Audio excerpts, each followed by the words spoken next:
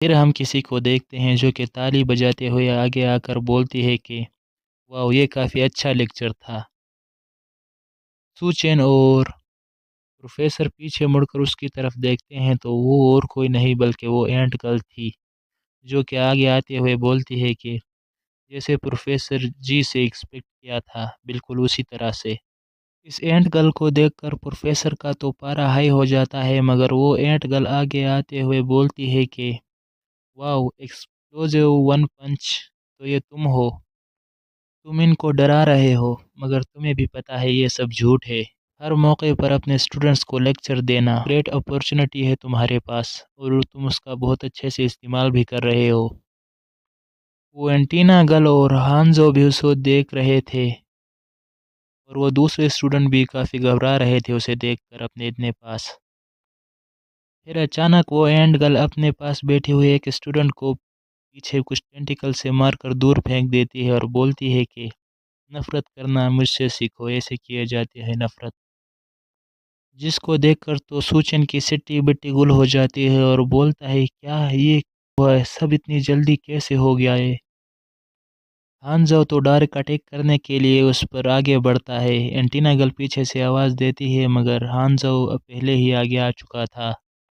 وہ اینٹ گرل اس کو اپنی طرف آتا ہوا دیکھ کر اچانک سے اپنے ٹینٹیکل سے ایک نیڈل کو آگے کرتی ہے جو کہ سیدھا جا کر اس کی چھاتی میں لگتا ہے، جس کو دیکھ کر ہانزو بولتا ہے یہ کیا ہے، یہ تو ایک پوائزن ہے، اور پھر بولتا ہے کہ نہیں میرا دماغ، میں انکانشس ہو رہا ہوں۔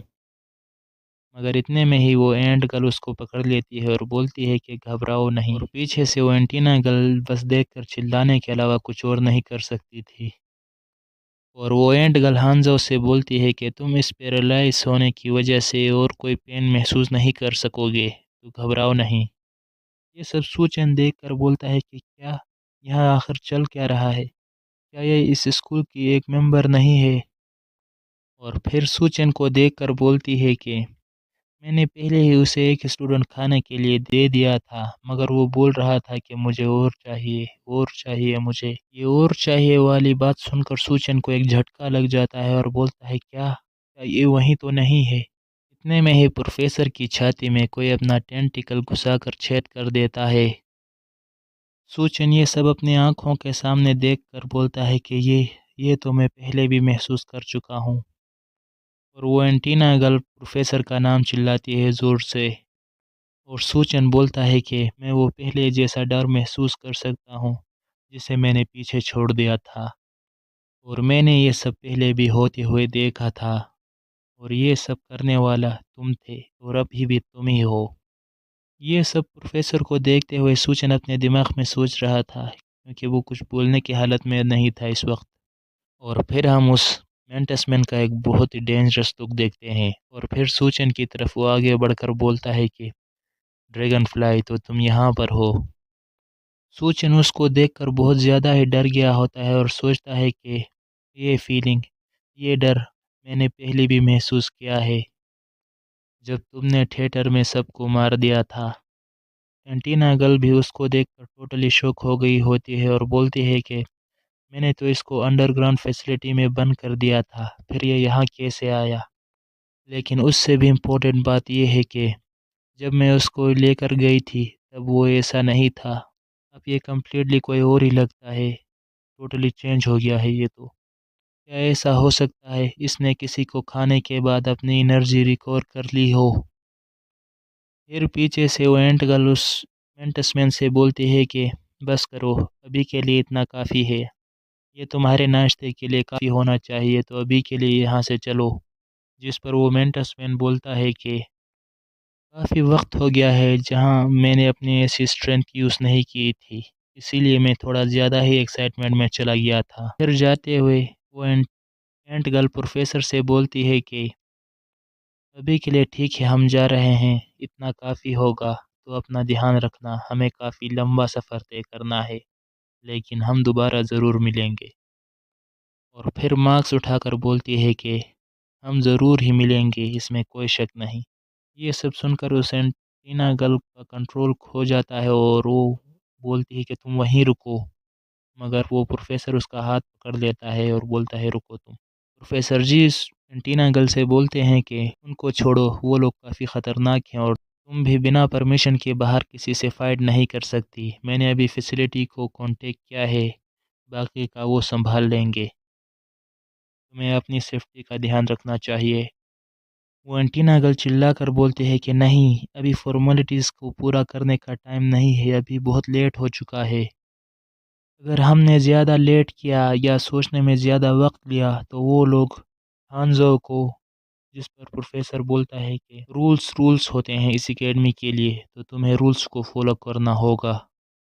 اور پھر بیڈز ہو کے بولتے ہیں کہ جب تک تم اس کالج کا حصہ ہو تم رولز کو نہیں توڑ سکتی، اور اس میں ایسا کچھ نہیں ہے جو تم کر سکتی ہو۔